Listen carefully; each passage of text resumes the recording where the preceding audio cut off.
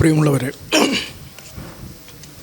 വളരെ ഗൗരവമേറിയ ഒരു വിഷയത്തെക്കുറിച്ചുള്ള ചർച്ചയാണ് ഇവിടെ നടക്കുന്നത്.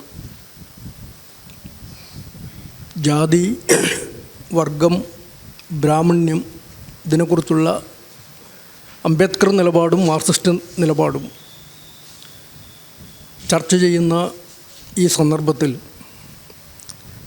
അധ്യക്ഷൻ CS മുരളി ചൂണ്ടിക്കാണിച്ചതുപോലെ നമ്മളൊക്കെ ഇത്തരം പ്രവർത്തനങ്ങൾക്ക് തുടക്കം കുറിച്ച CRC-CPIML എന്ന രാഷ്ട്രീയ പാർട്ടിയുടെ അനുഭവങ്ങളുമായി ബന്ധപ്പെട്ടുകൊണ്ട് ഈ വിഷയത്തെ സമീപിക്കാനാണ് ഞാൻ ആഗ്രഹിക്കുന്നത്. 84 ഇവിടെ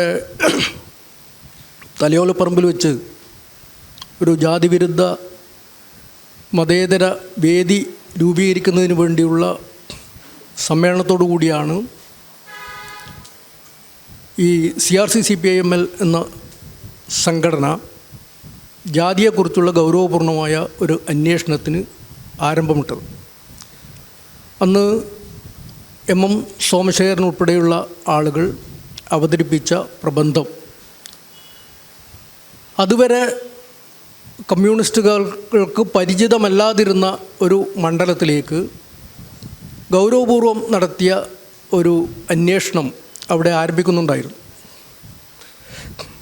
സ്വാഭാവികമായും അതിൻ്റെ തുടർച്ച എന്ന നിലയിൽ 1987 ഈ CRC-CPIML എന്ന് പറയുന്ന പാർട്ടിക്കകത്ത് തന്നെ രാഷ്ട്രീയമായ ധ്രുവീകരണം സംഭവിക്കുകയും KN രാമചന്ദ്രൻ്റെ നേതൃത്വത്തിലുള്ള ഒരു വിഭാഗം അതിൽ നിന്ന് പുറത്തു പോവുകയും വേണുവിൻ്റെയും മുരളി കണ്ണമള്ളിയുടെയും നേതൃത്വത്തിലുള്ള CRC-CPIML തുടർന്ന് ഈ വിഷയം ഗൗരവമായി തന്നെ അന്വേഷണത്തിന് വിധേയമാക്കുകയുണ്ടായി. 1987 പുതിയ ചില നിലപാടുകൾ അന്ന് പാർട്ടി മുന്നോട്ട് വെക്കുന്നുണ്ടായി. അതിലൊന്ന് ഈ ജാതി പ്രശ്നവുമായി ബന്ധപ്പെട്ടതാണ്. മറ്റൊന്ന് സ്ത്രീ വിമോചനവുമായി ബന്ധപ്പെട്ടുകൊണ്ടുള്ള വിഷയം. ദേശീയതയും പുത്തൻ കൊളോണിയലിസവും അന്നത്തെ രാഷ്ട്രീയ പരിപാടിയുമായി ബന്ധപ്പെട്ടുകൊണ്ട് പുതിയ രീതിയിൽ അവതരിപ്പിക്കുന്നു. ഇത്തരമൊരു പശ്ചാത്തലത്തിൽ ജാതി ഉൾപ്പെടെയുള്ള വിഷയത്തെ വർഗ നിലപാടിൽ നിന്നുകൊണ്ട് സമീപിക്കാൻ കഴിയില്ല എന്നതായിരുന്നു അന്ന് CRC-CPIML മുന്നോട്ട് വച്ചിരുന്ന ഒരു പൊതു നിലപാട്. അഖിലേന്ത്യാ കമ്മിറ്റി തയ്യാറാക്കിയ പൊസിഷൻ പേപ്പറിൽ തന്നെ ഈ വിഷയങ്ങളെക്കുറിച്ചുള്ള പൊസിഷൻ പേപ്പറിൽ തന്നെ അത് വ്യക്തമാക്കുന്നുണ്ട്. ജാതി, സ്ത്രീ, പരിസ്ഥിതി, ദേശീയത പോലുള്ള കാര്യങ്ങളൊക്കെ വർഗ സമരത്തിന് പുറത്ത് നിൽക്കുന്ന ഒരു കാര്യമാണെന്നും അതുകൊണ്ട് വർഗപരമായ പരിഹാരത്തിലുപരി വർഗേതരമായ ഒരു തലത്തിൽ ഈ പ്രശ്നം അഡ്രസ്സ് ചെയ്യപ്പെടണം എന്ന ഒരു സമീപനമാണ് മുന്നോട്ട് വച്ചിരുന്നത്.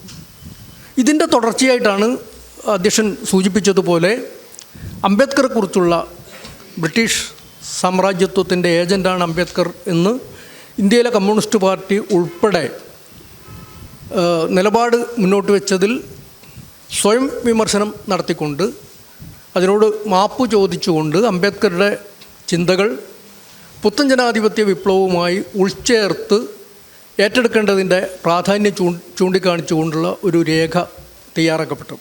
അത് CRC-CPIMLൻ്റെ അന്നത്തെ അഖിലേന്ത്യാ തലത്തിൽ, പ്രത്യേകിച്ച് എനിക്ക് തോന്നുന്നു മഹാരാഷ്ട്ര കമ്മിറ്റിയാണെന്ന് തോന്നുന്നു, അവിടെ ശരത് പാട്ടീൽ എന്ന് പറയുന്ന പഴയൊരു മാർക്സിസ്റ്റ് ഈ പറയുന്ന ജാതിയും വർഗവും തമ്മിലുള്ള ബന്ധത്തെക്കുറിച്ചൊക്കെയുള്ള ചർച്ചകളൊക്കെ നടക്കുകയും ഒരു പുസ്തകം തയ്യാറാക്കുകയും ചെയ്ത സമയത്ത് മഹാരാഷ്ട്ര കമ്മിറ്റി ഇത് പുതിയ രീതിയിൽ പഠന വിധേയമാക്കണം എന്ന് പറഞ്ഞുകൊണ്ട് അത്തരമൊരു നിർദ്ദേശം വെച്ചതിൻ്റെ അടിസ്ഥാനത്തിലാണ് ജാതിയെക്കുറിച്ച് ഗൗരവപൂർവ്വമുള്ളൊരു ചർച്ചയ്ക്ക് തുടക്കം കുറിക്കാനും അംബേദ്കറിനെ സംബന്ധിച്ച് സവിശേഷമായി പഠിക്കുന്നതിനും വേണ്ടിയൊക്കെ ഒരു ഉപസമിതി രൂപീകരിക്കുകയും അത് എനിക്ക് തോന്നുന്നത് കണ്ണമ്പള്ളിയാണ് അതിൻ്റെ പ്രധാനപ്പെട്ട ആ കമ്മിറ്റിയുടെ ഉത്തരവാദിത്വം നിർവഹിച്ചതെന്നാണ് ഞാൻ മനസ്സിലാക്കുന്നത്. അങ്ങനെയാണ് അംബേദ്കറിന് എതിരെയുള്ള വിമർശനത്തിന് മറുപടി പറഞ്ഞുകൊണ്ട് ആ ഒരു രേഖയൊക്കെ തയ്യാറാക്കിയത്. അപ്പോൾ സ്വാഭാവികമായും ഒരു വർഗ നിലപാടിൽ നിന്നുകൊണ്ട് പരിശോധിക്കാൻ കഴിയാത്ത വിധത്തിലുള്ള നിരവധി പ്രശ്നങ്ങൾ ജാതി പ്രശ്നവുമായി ബന്ധപ്പെട്ടുകൊണ്ട് ഉന്നയിക്കപ്പെടുന്നുണ്ട് എന്നുള്ളതായിരുന്നു അന്ന് സംഘടന കണ്ടെത്തിയ ഒരു പൊതു നിലപാട്. അതിന് ചൂണ്ടിക്കാണിച്ച ഒരു പ്രധാനപ്പെട്ട കാര്യം സാമ്പത്തിക വർഗ സമീപനത്തിൻ്റെ അല്ലെങ്കിൽ അങ്ങനെ ഒരു ഇക്കണോമിക് റിഡക്ഷനിസ്റ്റ് കാഴ്ചപ്പാടാണ് പൊതുവിൽ മാർക്സിസ്റ്റുകൾ മുന്നോട്ട് വച്ചിരുന്നത് എന്ന് വേണുവിനെ പോലെ ആളുകൾ പിന്നീട് അത് വിശദമായി തന്നെ എഴുതുകയുണ്ടായി. അപ്പോൾ ഈ ജാതി എന്ന് പറയുന്ന സാമൂഹ്യ സംഘടനാ രൂപത്തിൻ്റെ പ്രവർത്തനം ഇതുമായി ബന്ധമില്ലാത്ത സവിശേഷ തലങ്ങളിലാണ് നടക്കുന്നത്. ഇപ്പോൾ ഉദാഹരണത്തിന് മാർക്സിസ്റ്റുകൾ സാധാരണഗതിയിൽ പറയുന്നത്, ഇപ്പോൾ മാനിഫെസ്റ്റോ തന്നെ തുടങ്ങുന്നത് മനുഷ്യ സമൂഹത്തിൻ്റെ ചരിത്രം, വർഗസമരത്തിൻ്റെ ചരിത്രമാണ്. നാളിതുവരെയുള്ള ചരിത്രം പിന്നീട് എഴുതപ്പെട്ട ചരിത്രം എന്ന് മാറ്റുന്നുണ്ട്. ഈ വർഗസമരത്തിൻ്റെ ചരിത്രമാണ്. അപ്പോൾ വർഗസമരത്തിൻ്റെ ചരിത്രം പറയുമ്പോൾ മാനിഫെസ്റ്റോയിൽ തന്നെ തുടങ്ങുന്നത് എങ്ങനെയാണ്? ബൂർഷ്വാ പ്രോൾട്ടേറിയറ്റ്. ഇപ്പോൾ ബൂർഷ്വാ എന്ന് പറയുന്നത് ഉൽപ്പാദനോപാധികളുടെ ഉടമസ്ഥർ, പ്രോൾട്ടേറിയറ്റ് എന്ന് പറയുന്നത് ഇങ്ങനെ ഉൽപ്പാദനോപാധികളൊന്നും ഇല്ലാതെ സ്വന്തം അധ്വാന ശക്തി മാത്രം വിറ്റ് ജീവിക്കേണ്ടി വരുന്ന ആളുകൾ, ഇങ്ങനെ നിർവചിക്കുന്നുണ്ട് മാനിഫെസ്റ്റോയിൽ. അപ്പോൾ സ്വാഭാവികമായും ഇന്ത്യയിലേക്ക് നമ്മൾ വരുമ്പോൾ എന്താ കാണുന്നത്? ഉൽപ്പാദന ഉപാധികളുടെ ഉടമകൾ ആയവരല്ലാത്ത ആളുകൾക്ക് സാമൂഹ്യമായ പ്രത്യേക പദവികൾ ലഭ്യമാകുന്നു. ഉദാഹരണത്തിന് ഒരു ദരിദ്രനായ ഒരു ബ്രാഹ്മണൻ, ഈ ദരിദ്രനായ ബ്രാഹ്മണൻ അയാൾക്ക് ഉൽപ്പാദനോപാധികളൊന്നും അയാളുടെ കൈവശം ഉണ്ടാകണമെന്നില്ല. അങ്ങനെ ഇല്ലാതിരിക്കുന്ന സമയത്ത് തന്നെ അദ്ദേഹത്തിൻ്റെ സാമൂഹ്യ പദവി ഉയർന്നതാണ്. ഇവിടുത്തെ പരമ്പരാഗതമായ രീതി പരിശോധിച്ച് നോക്കിയാൽ രാജാക്കന്മാരുൾപ്പെടെ ഇയാളെ ബഹുമാനിക്കണം. അപ്പോൾ അങ്ങനെയുള്ള ഒരു പ്രത്യേക സാഹചര്യം ഇവിടെ നിലനിൽക്കുന്നത് കൊണ്ട് ഇത് പരമ്പരാഗത രീതിയിലുള്ള ഒരു വർഗ വിശകലനത്തിൻ്റെ പരിധിക്കകത്ത് വരുന്നതല്ല. ഇതാണ് പ്രധാനമായും ചൂണ്ടിക്കാണിച്ച ഒരു കാര്യം. അതുകൊണ്ട് തന്നെ ഇത് മറ്റൊരു സവിശേഷമായ രീതിയിൽ പരിശോധിക്കണം. അത് പിന്നീട് പറഞ്ഞു വന്ന് വേണു വിശദീകരിക്കുന്ന സമയത്ത് ജാതി ജന്മം കൊണ്ട് നിർണ്ണയിക്കുന്നതാണ് എന്ന് പറയുന്ന ഒരു നിഗമനത്തിലാണ് ആത്യന്തികമായി എത്തിച്ചേർന്നത്. അപ്പോൾ യഥാർത്ഥത്തിൽ ഈ വർഗസമരത്തിൻ്റെ സാധാരണഗതിയിൽ നമ്മൾ മനസ്സിലാക്കിയ പ്രയോഗത്തിലൂടെയോ അതിൻ്റെ മറ്റ് രീതികളിലൂടെയോ പരിഹരിക്കാൻ കഴിയാത്ത വിധത്തിലുള്ള ഒരു പ്രശ്നമായി ജാതി പ്രശ്നത്തെ പരിഗണിക്കേണ്ടതുണ്ട് എന്നൊരു നിഗമനത്തിലെത്തുന്നു. അങ്ങനെ അത് ഒരു വർഗേതര ഘടകം എന്ന് പറയുന്ന ഒന്നായി അവതരിപ്പിക്കപ്പെട്ടു. അപ്പോൾ സ്വാഭാവികമായി ഇവിടെ തന്നെ ഒരു മാർക്സിസ്റ്റ് വിരുദ്ധമായ ഒരു രീതി പാർട്ടി സ്വീകരിച്ചിട്ടുണ്ട് എന്നുള്ളതാണ് വളരെ പ്രകടമായിട്ടുള്ള ഒരു കാര്യം. ഇപ്പോൾ മാർക്സ് ഒരു കാര്യത്തെക്കുറിച്ച് അന്വേഷിക്കുമ്പോൾ അതിന് ആധാരമായി സ്വീകരിക്കുന്ന ഒരു രീതിയുണ്ട്, വിചിന്തന രീതി. ഈ വിചിന്തന രീതിയുടെ സവിശേഷത എന്താണ് എന്ന് നമ്മൾ ആദ്യം മനസ്സിലാക്കണം. അങ്ങനെ മനസ്സിലാക്കുമ്പോഴാണ് നമുക്കിതിലെ പ്രകടമായ തകരാറുകൾ ബോധ്യപ്പെടുക. ഉദാഹരണത്തിന് മാർക്സിയൻ ഡയലക്റ്റിക്സ് അല്ല, പൊതുവിൽ ഡയലക്റ്റിക്സ്, ഹെഗൽ മുന്നോട്ട് വെക്കുന്ന ഡയലക്റ്റിക്സ് തന്നെ പരിശോധിച്ച് നോക്കിയാൽ നമുക്ക് മനസ്സിലാക്കാൻ പറ്റുന്ന കാര്യം എന്താണ്? ഒരു ഗണം നമ്മൾ എടുക്കുമ്പോൾ ആ ഗണത്തെ നമ്മൾ എങ്ങനെയാണ് പഠിക്കേണ്ടത്? ഇപ്പോൾ വർഗം എന്ന് പറയുന്ന ഒരു കാറ്റഗറി, ആ കാറ്റഗറി നമ്മൾ പരിശോധിക്കുമ്പോൾ വർഗേതരം എന്ന് പറയുന്ന ഘടകങ്ങൾ കൂടി അടങ്ങിയതാണ് വർഗം എന്ന് പറയുന്ന ഒരു കാറ്റഗറി. അല്ലാതെ വർഗേതരം എന്ന് പറഞ്ഞിട്ട് പ്രത്യേക കാറ്റഗറി കൊണ്ടുവന്നു കഴിഞ്ഞാൽ നമ്മളവിടെ ഈ കാര്യത്തെ ഇരട്ടിപ്പിക്കുകയാണ്. അതായത് ഒരു ദ്വൈതവാദ രീതിയാണ്. രണ്ട് വ്യത്യസ്ത ഘടകങ്ങൾക്ക് ഒരേ സമയം നിലനിൽക്കാൻ കഴിയും എന്ന് പറയുന്ന ഒരു നിലപാടിലേക്ക്, അത് കാന്റിയൻ നിലപാടാണ്. കാൻ്റാണ് ആ തത്വചിന്തയിൽ ആ കാര്യം ആദ്യമായി, അതിന് മുമ്പുണ്ട്, പക്ഷേ അത് കുറേ കൂടി സയൻറ്റിഫിക്കായി അവതരിപ്പിച്ച ആൾ കാൻ്റാണ്. അപ്പോൾ ഈ കാൻ്റിൻ്റെ ദ്വൈതവാദ രീതിയെ വിമർശിച്ചുകൊണ്ട് ഹെഗൽ എന്ത് ചെയ്യുന്നു? ഇതിൻ്റെ തകരാറുകൾ എന്തുകൊണ്ടാണ് കാൻ്റിയൻ ചിന്തക്ക് യഥാർത്ഥ പ്രശ്നങ്ങൾക്ക് പരിഹാരം കാണാൻ കഴിയാത്ത വിധത്തിൽ അപരിഹാര്യ വൈരുദ്ധ്യമായി ഈ വൈരുദ്ധ്യങ്ങളൊക്കെ ഉയർന്നു വന്നത് എന്തുകൊണ്ട് എന്ന് ഹെഗൽ കൃത്യമായി വിശദീകരിക്കുന്നുണ്ട്. അങ്ങനെ വിശദീകരിക്കുമ്പോൾ സ്വാഭാവികമായും ചൂണ്ടിക്കാണിക്കുന്ന കാര്യം എന്താണ്? ഒരു പ്രഥമാശയത്തിലെ രണ്ട് വിപരീത ഗുണനിർണ്ണയങ്ങൾക്ക് ഓരോന്നിനും പ്രത്യേകം നിലനിൽപ്പുണ്ട് എന്ന് കണ്ടെത്തിയതാണ് കാൻ്റിൻ്റെ തകരാറ് എന്നാണ് ഹെഗൽ പറയുന്നത്. അപ്പോൾ ഈ ഡയലക്റ്റിക്കലായിട്ടുള്ള ഒരു അന്വേഷണ രീതിയിൽ നമ്മളൊരു ഒരു കാറ്റഗറി പരിഗണിക്കുമ്പോൾ ആ കാറ്റഗറി എന്താണ് എന്നതിനെ സംബന്ധിച്ച് കൃത്യമായൊരു ധാരണ മാർക്സിസ്റ്റുകൾക്കുണ്ടാവണം.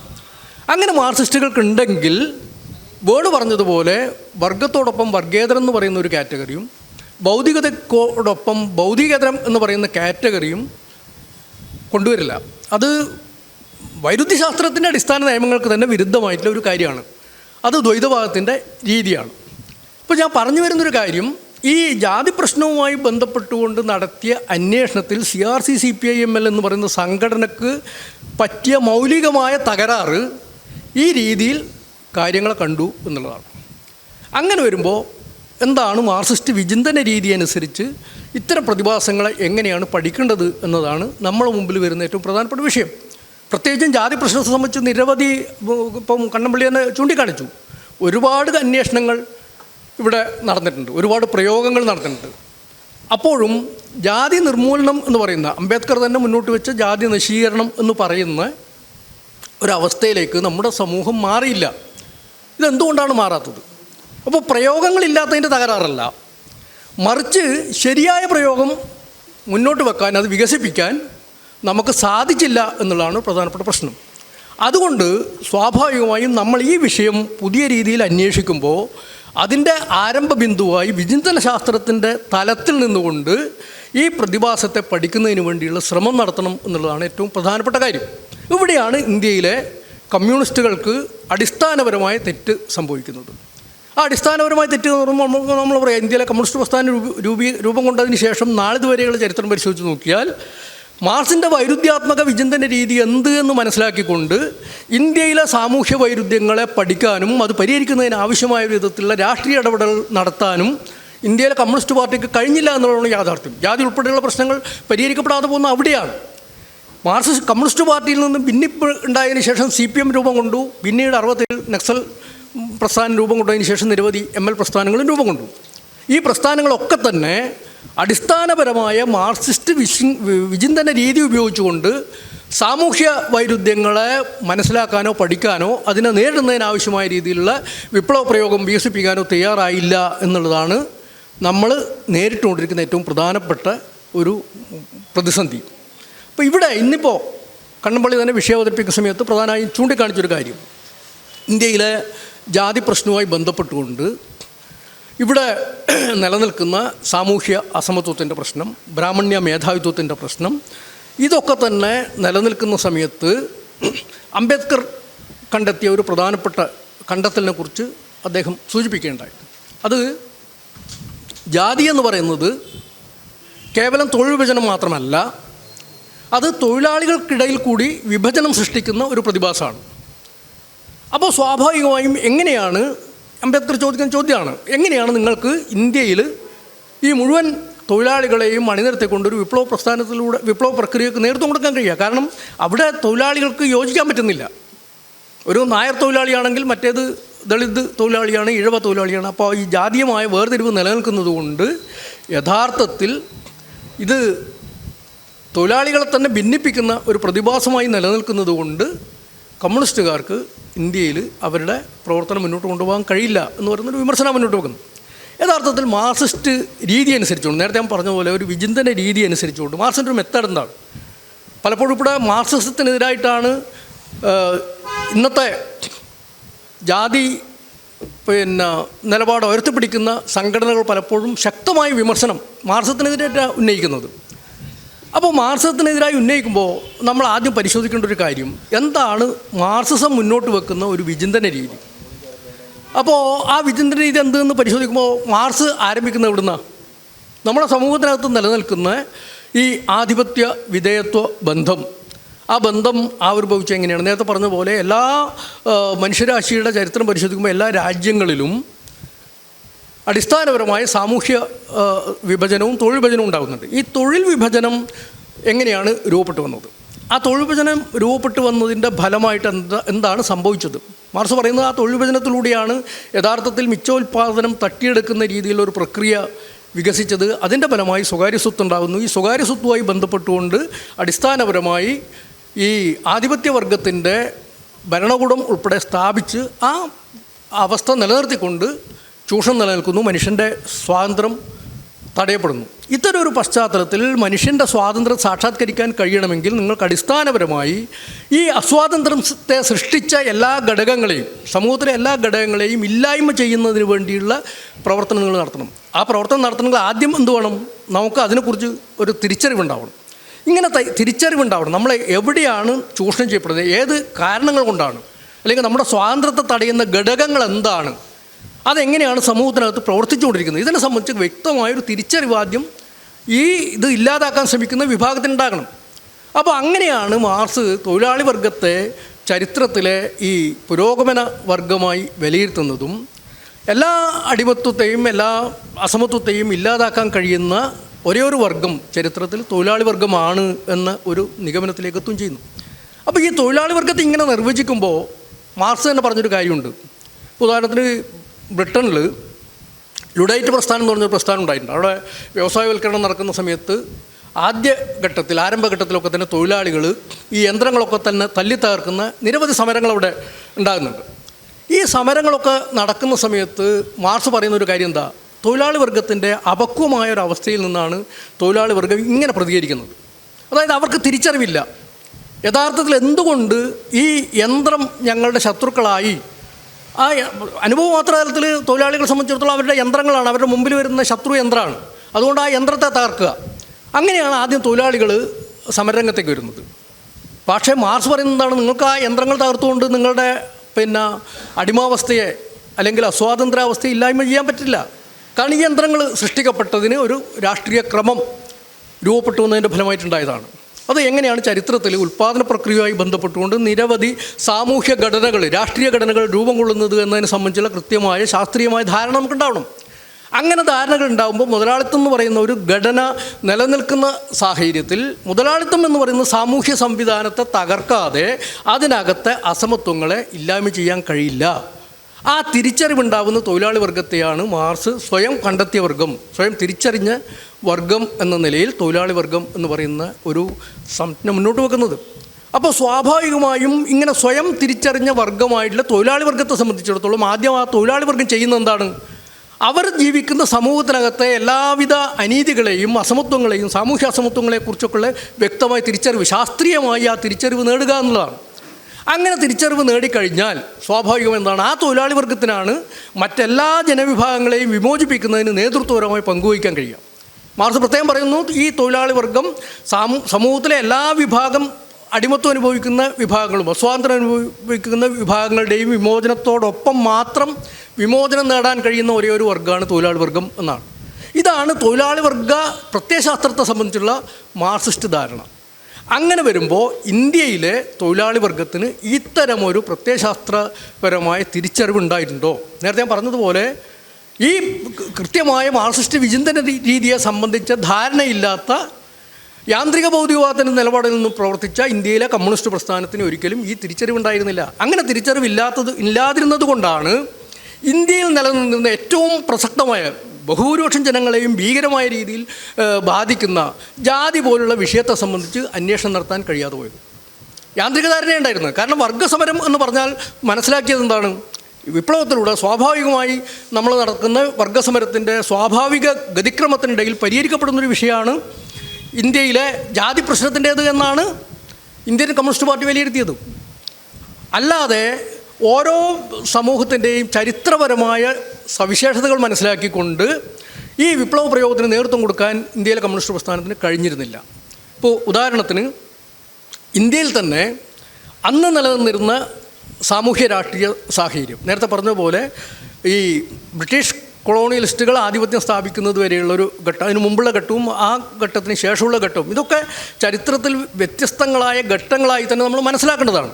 അതാണ് ചരിത്രപരമായ ഭൗതികവാദത്തിൻ്റെ ഒരു പ്രത്യേക അന്വേഷണ രീതിയുടെ ഒരു പ്രത്യേകത എന്ന് പറയുന്നത്. അതാണ് സാർവത്രികമായ ഒരു ഘടകം ഉണ്ടാകും എല്ലാ സംഭവത്തിലും, അത് ലോകവ്യാപകമായി നിലനിൽക്കുന്ന സംഭവമാണ്. അപ്പോൾ വർഗ്ഗസമരം എന്ന് പറയുന്ന ഒരു പരികല്പനയെ മാർക്സ് എടുക്കുന്നത് അതൊരു സാർവത്രിക പരികല്പനയാണ്. ലോക ചരിത്രത്തിൽ നിന്ന് അമൂർത്തവൽക്കരിക്കപ്പെട്ട ഒരു പരികല്പനയാണ് വർഗ്ഗസമരം എന്ന് പറയുന്നത്.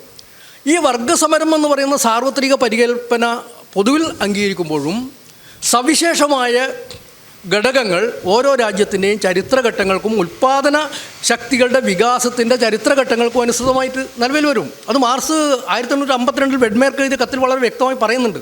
വർഗ്ഗസമരം എന്ന് പറയുന്നത് ഞങ്ങളുടെ കണ്ടുപിടുത്തമല്ല, മറിച്ച് നമുക്ക് മുമ്പേ സാമൂഹ്യശാസ്ത്രകാരന്മാർ വർഗ്ഗസമരത്തെക്കുറിച്ച് പറഞ്ഞിട്ടുണ്ട്. അതിൻ്റെ സാമ്പത്തിക അടിസ്ഥാനം ബൂർഷ്വാ സാമ്പത്തികകാരന്മാർ വ്യക്തമാക്കി കഴിഞ്ഞിട്ടുണ്ട്.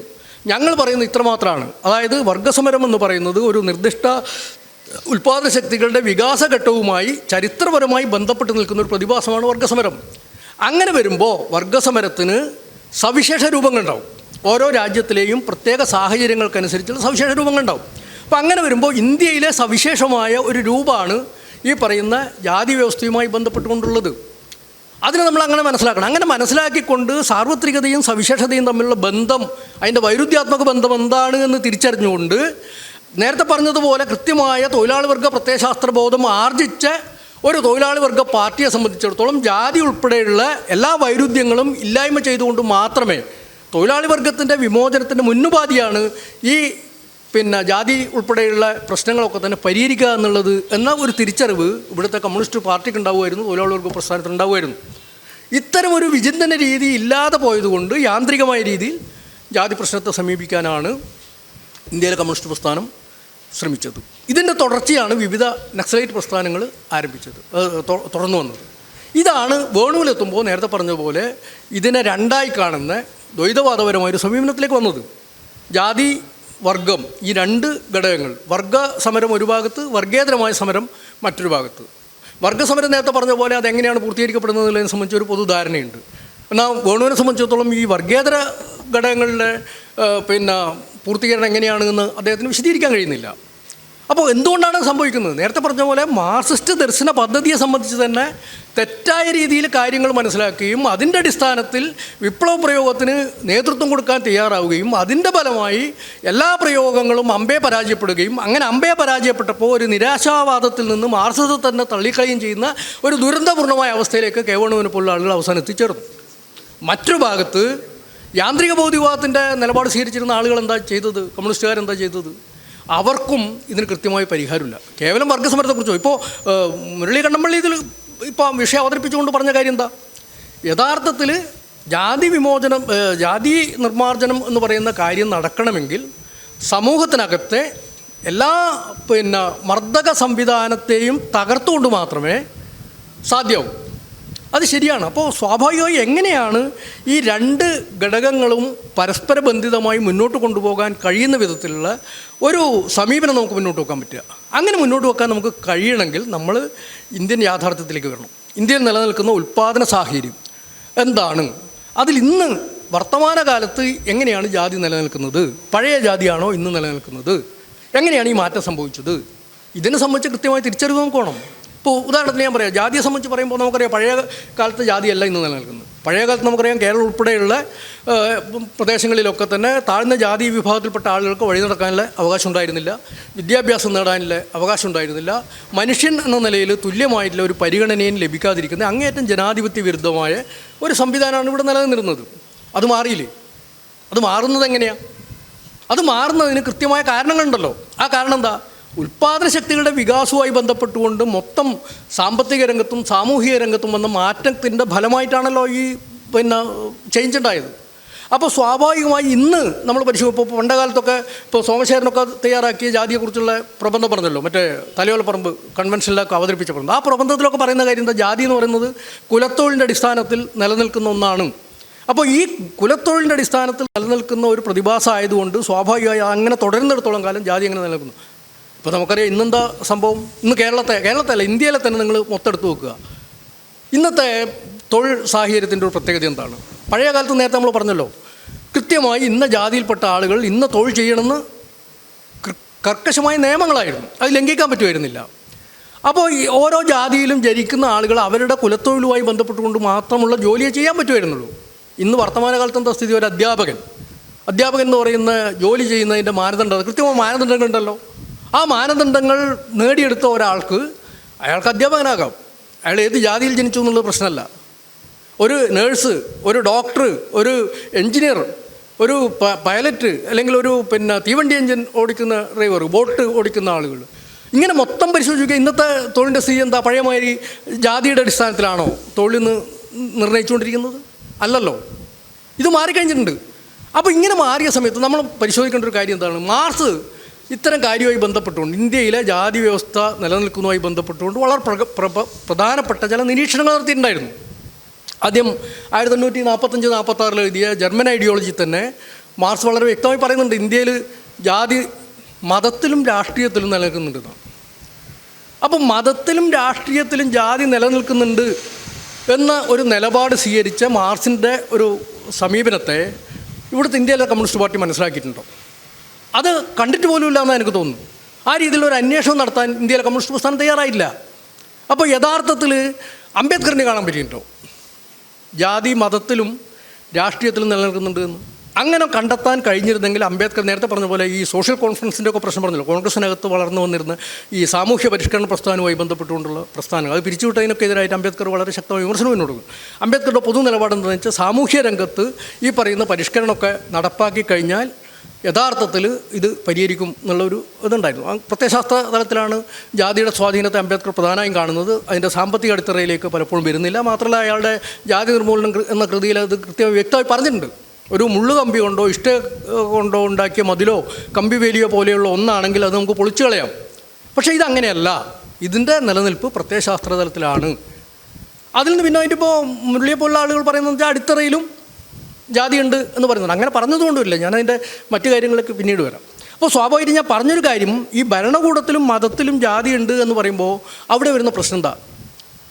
ഒരു പൊളിറ്റിക്കൽ ക്വസ്റ്റ്യനായിട്ട് ആ ക്വസ്റ്റ്യൻ ഉന്നയിക്കപ്പെടേണ്ടി വരും. ഭരണകൂടത്തിനെതിരായിട്ടുള്ള ചോദ്യമായിട്ട് അത് ഉന്നയിക്കേണ്ടി വരും. അംബേദ്കർ ചെയ്തത് എന്താ? ഇവിടെ ബ്രിട്ടീഷ് സാമ്രാജ്യത്വം അതിശക്തമായി നിലനിൽക്കുന്ന സമയത്ത് അതുമായി ബന്ധപ്പെട്ടുകൊണ്ട് ഇവിടുത്തെ ബ്രാഹ്മണ്യത്വവുമായി സന്ധി ചെയ്തുകൊണ്ട് ഈ പറയുന്ന ജാതി ജന്മി ചൂഷണത്തെയൊക്കെ തന്നെ നിലനിർത്തിയിരുന്ന ഒരു സാമൂഹ്യ സാഹചര്യത്തിൽ ബ്രിട്ടീഷുകാർക്കെതിരെയുള്ള സമരത്തിൻ്റെ പ്രാധാന്യം അംബേദ്കർ അവഗണിച്ചു. അപ്പോൾ അതിൻ്റെ കാരണം എന്താ? ഇവിടെ ബ്രിട്ടീഷുകാരെ മാറ്റി നിങ്ങൾ കോൺഗ്രസിൻ്റെ നേതൃത്വത്തിലോ അല്ലെങ്കിൽ മറ്റേതെങ്കിലും വിഭാഗത്തിൻ്റെ നേതൃത്വത്തിലോ അധികാരം സ്ഥാപിക്കപ്പെട്ട് കഴിഞ്ഞാൽ അവിടെ ദളിതൻ ഈ രീതിയിൽ ഭീകരമായ രീതിയിൽ ചൂഷണത്തിന് വിധേയാവുന്നതാണ് അംബേദ്കറുടെ ഒരു സമീപനം. ആ നിലപാടെടുത്തതിൻ്റെ ഫലമായിട്ടാണ് ബ്രിട്ടീഷ് ഏജൻ്റാണെന്നൊക്കെ പറഞ്ഞുകൊണ്ടുള്ള വിമർശനം അംബേദ്കർക്കെതിരായിട്ട് വന്നത്. അപ്പോൾ സ്വാഭാവികമായും ഈ നിലപാടിലെ വൈരുദ്ധ്യം എന്തുകൊണ്ടാണ് പ്രകടമാകുന്നത്? ഒരു പ്രതിഭാസത്തെ നിങ്ങൾ മനസ്സിലാക്കുന്ന സമയത്ത് സമഗ്രമായി അതിൻ്റെ ഉത്ഭവം, വികാസം, അതിൻ്റെ നാശം ഇതിനെ സംബന്ധിച്ച് ശാസ്ത്രീയമായൊരു ധാരണയില്ലെങ്കിൽ നിങ്ങൾക്ക് തെറ്റായ രീതിയിൽ ഈ കാര്യങ്ങൾ മനസ്സിലാക്കി തെറ്റായ പ്രയോഗത്തിൽ ഏർപ്പെടേണ്ടി വരും. അത് പരാജയപ്പെടുകയും ചെയ്യും. ഇത് തന്നെയാണ് അംബേദ്കർക്ക് സംഭവിക്കുന്നത്. ഒരു മതത്തിലെ പ്രശ്നം മാത്രമായിട്ടാണ് അംബേദ്കർ ഇതിനെ കണ്ടത്. ഈ പരിവർത്തനത്തെ, മാറ്റത്തെ കാണുന്നില്ല. ഓരോ ചരിത്രഘട്ടത്തിലും ഓരോ പ്രതിഭാസവും എങ്ങനെ മാറിക്കൊണ്ടിരിക്കുന്നു, അത് ഏതെല്ലാം പ്രതിഭാസങ്ങളുമായി പരസ്പര ബന്ധിതമായിട്ടാണ് പ്രവർത്തിച്ചുകൊണ്ടിരിക്കുന്നത്. ഇങ്ങനെ പ്രവർത്തിച്ചുകൊണ്ടിരിക്കുന്ന പ്രതിഭാസത്തെ ഇല്ലായ്മ ചെയ്യാൻ ഏതൊക്കെ രീതിയിലുള്ള പ്രവർത്തനങ്ങളാണ് നമുക്ക് നടത്തേണ്ടി വരിക? ഈ കാര്യങ്ങൾ ശരിയായ രീതിയിൽ മനസ്സിലാക്കാതെ ഒരു പോസിറ്റിവിസ്റ്റ് നിലപാട്, ഇപ്പം വേണമൊക്കെ ചെയ്യുന്ന ആളാണ്, പോസിറ്റിവിസ്റ്റ് നിലപാടാണ് അയാൾ മുന്നോട്ട് വെക്കുന്നത്. ഒരു ഭാഗത്ത് വർഗമുണ്ടെന്ന് പറയും, മറ്റൊരു ഭാഗത്ത് വർഗീയതരമായ പ്രശ്നങ്ങളുണ്ടെന്ന് പറയും. അംബേദ്കറുടെയും ഒരു നിലപാട് ഒരു രീതിയിൽ അത് തന്നെയാണ്. മാത്രമല്ല അംബേദ്കറിനെ സംബന്ധിച്ചിടത്തോളം നമുക്കറിയാം, അംബേദ്കർ ബ്രിട്ടീഷ് കൊളംബിയ യൂണിവേഴ്സിറ്റിയിൽ പഠിച്ചുകൊണ്ടിരിക്കുന്ന സമയത്ത് അദ്ദേഹത്തിൻ്റെ പ്രൊഫസർ ജോൺ ഡൂയി, ഈ ജോൺ ഡൂയി എന്ന് പറയുന്നത് യൂട്ടിലിറ്റേറിയൻ തിയറിയുടെ വക്താവാണ്, അമേരിക്കൻ തത്വചിന്തകനാണ്. അദ്ദേഹത്തിൻ്റെ ഫേബിയൻ സോഷ്യലിസ്റ്റായിരുന്നു അയാൾ. ഈ ചിന്താധാരകളാണ് അംബേദ്കർ പ്രധാനമായും സ്വാധീനിച്ചത്. അംബേദ്കർ തന്നെ വ്യക്തമാക്കുന്നുണ്ട്. അപ്പോൾ സ്വാഭാവികമായി ഇങ്ങനെയുള്ള ചിന്താ പദ്ധതികളുമായി ബന്ധപ്പെട്ടുകൊണ്ടാണ് അംബേദ്കറിൻ്റെ പദ്ധതികളൊക്കെ തന്നെ ആവിഷ്കരിച്ചത്. അല്ലാതെ മാർക്സ് മുന്നോട്ട് വെച്ചിരിക്കുന്ന ശാസ്ത്രീയമായ ചരിത്രപരമായ ഭൗതികവാദത്തിൻ്റെ രീതിശാസ്ത്രം അംബേദ്കറിന് അറിയില്ല. അപ്പോൾ അംബേദ്കർ നമ്മൾ അതിന് കുറ്റപ്പെടുത്തേണ്ട കാര്യമൊന്നുമില്ല. അംബേദ്കർ ഒരു ബൂർഷ്വാ സാമൂഹിക പരിഷ്കർത്താവ് എന്ന തലത്തിലൊരു ദൗത്യമാണ് ഏറ്റെടുത്തിരുന്നത്. അത് അദ്ദേഹം നിർവഹിച്ചിട്ടുണ്ട്. ആ അർത്ഥത്തിലുള്ള പ്രസക്തിയാണ് അംബേദ്കറിനുള്ളത്. അപ്പോൾ അംബേദ്കറുടെ പരിമിതി എന്ന് പറയുന്നത് നേരത്തെ നമ്മൾ പറഞ്ഞതുപോലെ മനുഷ്യവിമോചനവുമായി ബന്ധപ്പെട്ടുകൊണ്ട് മാർക്സ് മുന്നോട്ട് വെച്ച പോലെ ശാസ്ത്രീയമായ ഒരു അന്വേഷണ രീതിയോ ഒരു പ്രതിഭാസത്തിൻ്റെ പരിഹാരത്തിന് ബാധകമാകുന്ന വിധത്തിലുള്ള കാര്യങ്ങളോ കണ്ടെത്താനോ അത് മുന്നോട്ട് വെക്കാനോ അംബേദ്കർ കഴിഞ്ഞില്ല. അത് അംബേദ്കറുടെ പരിമിതിയാണ്. ഈ രീതിയിലാണ് നമ്മൾ അംബേദ്കറിനെ വിലയിരുത്തേണ്ടത്. അപ്പോൾ മാർക്സിസ്റ്റ് രീതി ശാസ്ത്രീയമാണ് എന്ന് നമ്മൾ പറയുന്നത് അത് കൃത്യമായി ഒരു പ്രതിഭാസത്തെ വിശകലനം ചെയ്യുന്നതിന് വേണ്ടി സ്വീകരിക്കുന്ന രീതിശാസ്ത്രം സയൻറ്റിഫിക്കാണ്. അത് വർഗസമര സിദ്ധാന്തം എന്ന് പറയുന്നത് ആ രീതിയിൽ സമഗ്രമായിട്ടുള്ള ഒരു പദ്ധതിയാണ്. ആ വർഗസമര സിദ്ധാന്തത്തെ ഒരു സാമ്പത്തിക ന്യൂനീകരണവാദത്തിലേക്ക് കൊണ്ടുവരുന്ന ആളുകൾ ഇന്ത്യയിലെ കമ്മ്യൂണിസ്റ്റുകാരൊക്കെ തന്നെ ചെയ്ത അതാണ്. അപ്പോൾ ഈ കമ്മ്യൂണിസ്റ്റുകാരുടെ യാന്ത്രികവാദത്തിൻ്റെ പ്രയോഗത്തിൽ നിന്നാണ് കമ്മ്യൂണിസത്തിനെതിരായി മാർക്സത്തിനെതിരായി ഈ വിമർശനം വന്നത്. അപ്പോൾ ആ വിമർശനത്തെ മറികടക്കുന്ന വിധത്തിലുള്ള യാതൊരു ശ്രമങ്ങളും ഇവിടുത്തെ ഒരു കമ്മ്യൂണിസ്റ്റ് പാർട്ടി ഗ്രൂപ്പുകളും നടത്തിയില്ല എന്നുള്ളതാണ് നമ്മൾ അഭിമുഖീകരിക്കുന്ന ഒരു പ്രധാനപ്പെട്ട പ്രശ്നം. ഞാനതിൻ്റെ വിശദാംശങ്ങളിലേക്ക് ഇപ്പോൾ പോകുന്നില്ല. അപ്പോൾ സ്വാഭാവികമായി നമുക്ക് ചൂണ്ടിക്കാണിക്കാനുള്ള ഒരു കാര്യം, മാർസിയൻ ദർശന പദ്ധതി, അതായത് നമ്മൾ ഇന്ന് അഭിമുഖീകരിക്കുന്ന പ്രശ്നത്തിൻ്റെ പരിഹാരം എന്ന് പറയുന്നത് വിചിന്തന ശാസ്ത്രത്തിൻ്റെ തലത്തിൽ ശരിയായ രീതിയിൽ നമ്മൾ കാര്യങ്ങൾ മനസ്സിലാക്കുന്നതിലൂടെ, അതായത് മാർസിയൻ വിചിന്തന രീതി പ്രയോഗിച്ചുകൊണ്ട് ഈ പറയുന്ന ജാതിയുടെയും വർഗത്തിൻ്റെയും പ്രശ്നങ്ങളൊക്കെ തന്നെ പരിഹരിക്കുന്നതിനാവശ്യമായ വിധത്തിലുള്ള ഒരു സൈദ്ധാന്തിക വ്യക്തത ആർജിച്ചുകൊണ്ട് മാത്രമേ ഇത്തരം പ്രശ്നങ്ങൾക്ക് ശാസ്ത്രീയമായൊരു പരിഹാരം നിർദ്ദേശിക്കാനാവൂ. അത് മാർക്സിസത്തിൻ്റെ ഒരു രീതിശാസ്ത്രത്തിൽ മാത്രമേ സാധ്യമാകൂ എന്ന് വിശ്വസിക്കുന്ന ഒരാളാണ് ഞാൻ. അതിൻ്റെ വിശദാംശങ്ങൾ വേണമെങ്കിൽ പിന്നീട് നമുക്ക് ചർച്ച ചെയ്യാവുന്നതാണ്. ആമുഖമായി ഇത്രയും പറഞ്ഞുകൊണ്ട് ഇതിൻ്റെ മറ്റ് പ്രായോഗിക കാര്യങ്ങളൊക്കെ ബന്ധപ്പെട്ടുകൊണ്ട് കുറേ കൂടി വിശദമായി സനാതൻ അവതരിപ്പിക്കുമെന്നുള്ളതുകൊണ്ട് ഞാൻ പിന്നെ അതിലേക്ക് കടക്കുന്നുമില്ല. അപ്പോൾ ഇത്രയും പറഞ്ഞുകൊണ്ട് ഞാൻ അവസാനിപ്പിക്കും.